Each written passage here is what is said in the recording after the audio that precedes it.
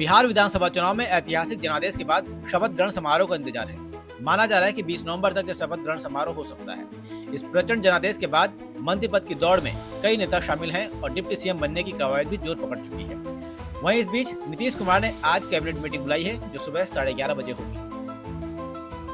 तेज प्रताप यादव की नई पार्टी जनशक्ति जनता दल ने एनडीए सरकार को नैतिक समर्थन देने का फैसला लिया है।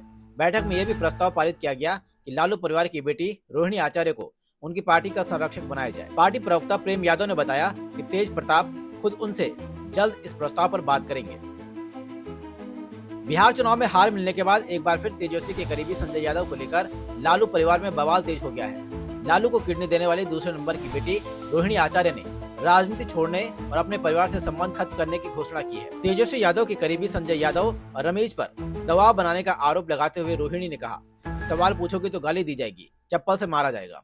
रोहिणी ने सोशल मीडिया एक्स पर लिखा, मैं राजनीति छोड़ रही हूँ और अपने परिवार से नाता तोड़ रही हूँ। सूरत में एक जनसभा को संबोधित करते हुए प्रधानमंत्री नरेंद्र मोदी ने कहा कि बिहार ने हाल के विधानसभा चुनाव में जाति की राजनीति को ठुकरा दिया है। जिन लोगों को हार मिली है उन्हें इस सदमे से बाहर निकलने में महीनों लगेंगे। उन्होंने कहा कि बिहार का टैलेंट दुनिया में हर जगह है, यहाँ के लोग दुनिया की राजनीति को समझते हैं। प्रधानमंत्री ने कहा कि बिहार में कांग्रेस आरजेडी ने जातिवाद का जहर फैलाने की कोशिश की, लेकिन जनता ने इसे पूरी तरह से नकार दिया। नेशनल कॉन्फ्रेंस के अध्यक्ष फारूक अब्दुल्ला ने ऑपरेशन सिंदूर को लेकर तीखा बयान दिया है। उन्होंने कहा कि वो उम्मीद करते हैं कि ऑपरेशन सिंदूर जैसी कोई घटना फिर नहीं होगी। इस ऑपरेशन में उनके 18 लोग मारे गए और सीमा की सुरक्षा भी कमजोर हुई।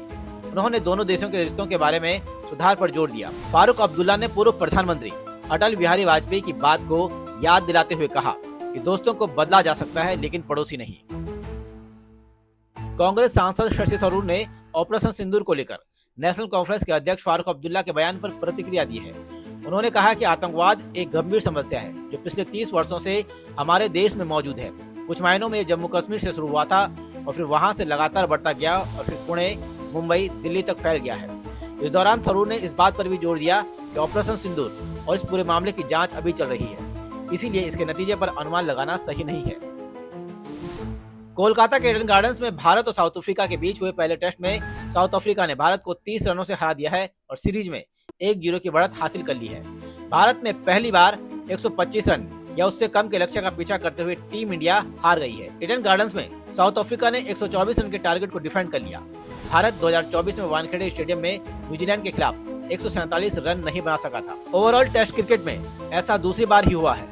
1997 में ब्रिजटाउन में वेस्टइंडीज के खिलाफ खेलते हुए भारत 120 रन का टारगेट चेज नहीं कर पाया था। बिग बॉस 19 से निकलकर जब मृदुल तिवारी अपने घर ग्रेटर नोएडा पहुंचे, जहां उनका जोरदार स्वागत हुआ, उसके कई वीडियोज सोशल मीडिया पर वायरल हो रहे हैं, जिसमें उनकी वापसी का जश्न मनाने के लिए भारी भीड़ सड़कों पर उमड़ती दिखाई दे रही है।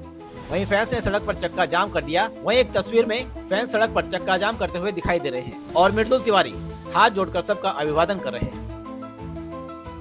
अमेरिका गाजा पट्टी को 2 हिस्सों में बांटने की तैयारी कर रहा है। एक हिस्से पर इंटरनेशनल फोर्स और इजरायली सेना का कंट्रोल रहेगा। इसे ग्रीन जोन कहा जाएगा। फिलिस्तीनी आबादी वाले दूसरे हिस्से को फिलहाल खंडर ही रहने दिया जाएगा।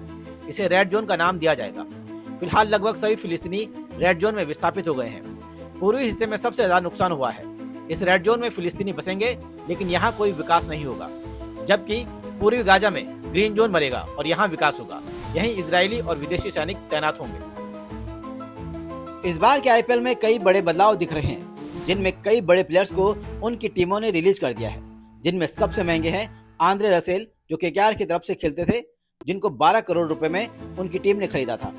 जबकि केकेआर से ही 23 करोड़ 75 लाख में बिकने वाले वेंकटेश अय्यर, सीएसके से 13 करोड़ में बिकने वाले मतीसा पदरीना, एलएसजी से 11 करोड़ में बिकने वाले रवि बिश्नोई और आरसीबी से 8 करोड़ 75 लाख में बिकने वाले लियम लिंग्विस्टन शामिल हैं। इस बार की मुंबई इंडियन की टीम में कई खिलाड़ी रिटेन किए जा चुके हैं और अब टीम कुछ इस तरह होने वाली है। Rohit Sharma, Hardik Pandya, Jasprit Bumrah, Surya Kumar Yadav, Ryan Rickelton, Tilak Varma, Robin Minz, Mitchell Santner, Naman Dhir, Will Jacks, Corbin वॉस, Raj Angad Bawa, Trent Boult, Deepak Chahar, Allah Ghazanfar, Shardul Thakur, Sherfane Rutherford और मयंक मार्कंडे। मुंबई इंडियंस ने कई खिलाड़ियों को टीम से बाहर कर दिया है, जिनमें रीस टॉपली, मुजीब उर रहमान, विघ्नेश पुतुर, विवन जैकब्स, कर्ण शर्मा, लिजार्ड विलियम्स, सत्यनारायण राजू, के सृजीत, अर्जुन तेंदुलकर शामिल है। अर्जुन तेंदुलकर को ट्रेड के तहत एलएसजी में भेज दिया गया है। एलएसजी में भी कई खिलाड़ियों को रिटेन किया जा चुका है, जिसके बाद टीम कुछ इस तरह है: Rishabh Pant, Mitchell Marsh, Aiden Markram, Mayank Yadav, Abdul Samad, Ayush Badoni, Matthew Breetzke, Himmat Singh, Nicholas Pooran, Shahbaz Ahmed, Arshin Kulkarni, Mayank Yadav, Avesh Khan, Mohsin Khan, M Siddharth, Digvijay Sathi, Prince Yadav, Akash Singh, जबकि मोहम्मद शमी और अर्जुन तेंदुलकर को ट्रेड डील के बाद टीम में शामिल किया गया है। दोनों इससे पहले मुंबई में थे। इसके अलावा एलएसजी ने कई बड़े खिलाड़ियों को इस बार टीम से बाहर कर दिया है, जिनमें डेविड मिलर, आर्यन जुयाल, युवराज चौधरी, राजवर्धन हंगरकेकर, शमार जोसेफ, आकाशदीप और रवि बिश्नोई शामिल हैं।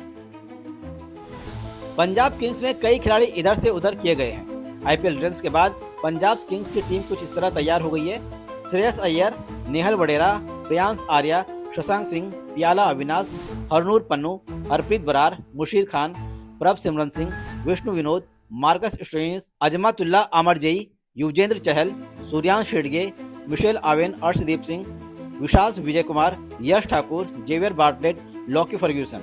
वहीं पंजाब किंग्स 11 ने 5 खिलाड़ी रिलीज कर दिए हैं, जिनमें Glenn Maxwell, Aaron Hardie, Praveen Dubey, Kuldeep Sen और काइल जेमसन शामिल हैं।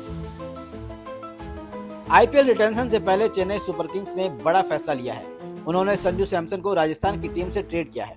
वहीं रविंद्र जडेजा और सैम करन राजस्थान रॉयल्स की टीम में शामिल हो गए। आईपीएल रिटेंशन में सीएसके ने कई खिलाड़ियों पर भरोसा जताते हुए उन्हें रिटेन किया है, जिनमें Ruturaj Gaikwad, Ayush Mhatre, Dewald Brevis, MS Dhoni, Urvil Patel, Shivam Dube, Jamie Overton, Gurjapneet Singh, Nathan Ellis, Ramakrishna Ghosh, Shreyas Gopal, Noor Ahmad, Mukesh Choudhary, Khaleel Ahmed, Sanju Samson, Anshul Kamboj शामिल हैं। जबकि सीएसके ने Rahul Tripathi, Vansh Bedi, C Andre Siddharth, Rachin Ravindra, Devon Conway, Ravindra Jadeja, Sam Curran, Deepak Hooda, Vijay Shankar, Shaik Rasheed, Kamlesh Nagarkoti, Matheesha Pathirana को टीम से बाहर कर दिया है।